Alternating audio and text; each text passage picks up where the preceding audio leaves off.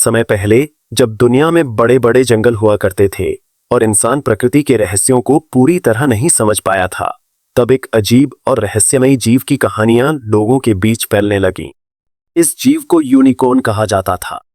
लोग बताते थे कि यह एक बेहद खूबसूरत सफेद घोड़े जैसा दिखता है, लेकिन उसके माथे पर एक लंबा और चमकदार सींग होता है। कहा जाता था कि इस सींग में जादुई शक्तियां होती हैं। यह किसी भी जहर को खत्म कर सकता है और बीमार लोगों को ठीक भी कर सकता है। कई पुराने यात्रियों और लेखकों ने दावा किया कि उन्होंने इस रहस्यमयी जीव को दूर देशों के जंगलों में देखा है। प्राचीन समय के कुछ इतिहासकारों ने भी इसका जिक्र अपनी किताबों में किया।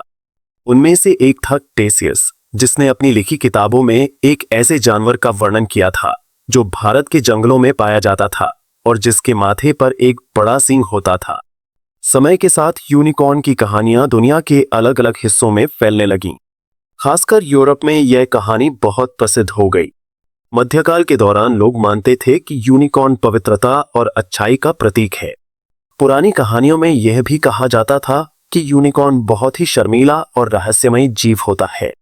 वह इंसानों से दूर रहता है और सिर्फ उन्हीं लोगों के सामने आता है जिनका दिल बिल्कुल साफ होता है। कुछ कहानियों में यह भी बताया गया कि यूनिकॉर्न को पकड़ना लगभग नामुमकिन है, क्योंकि यह बहुत तेज और समझदार होता है। लेकिन एक अजीब सी बात इन कहानियों में हमेशा सुनने को मिलती थी।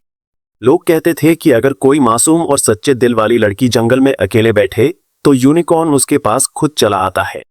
शायद इसी वजह से यूनिकॉर्न को पवित्रता का प्रतीक माना जाने लगा। मध्यकाल में कई राजा और अमीर लोग यूनिकॉर्न के सींग की तलाश में निकल पड़ते थे।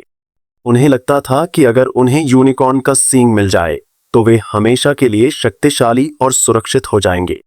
इतिहास में कई बार लोगों ने दावा भी किया कि उन्हें यूनिकॉर्न का सींग मिल गया है, लेकिन बाद में वैज्ञानिकों को पता चला कि ज्यादातर मामलों में वह असल में एक समुद्री जीव का दांत होता था।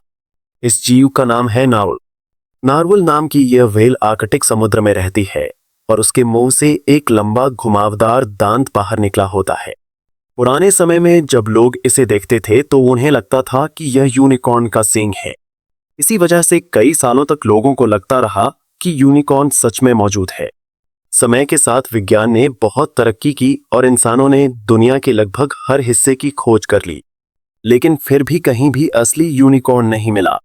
आज के समय में यूनिकॉर्न को एक मिथिकल क्रीचर यानी एक काल्पनिक जीव माना जाता है, लेकिन इसका मतलब यह नहीं है कि यूनिकॉर्न की कहानी खत्म हो गई।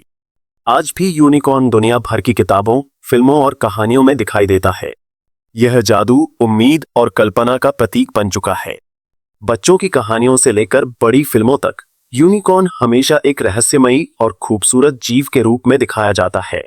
कुछ लोग तो आज भी यह मानते हैं कि शायद दुनिया के किसी अनजान जंगल में यूनिकॉर्न अब भी मौजूद हो सकता है, और शायद इसी रहस्य की वजह से यूनिकॉर्न की कहानी आज भी लोगों को उतनी ही रोमांचक लगती है जितनी हजारों साल पहले लगती थी।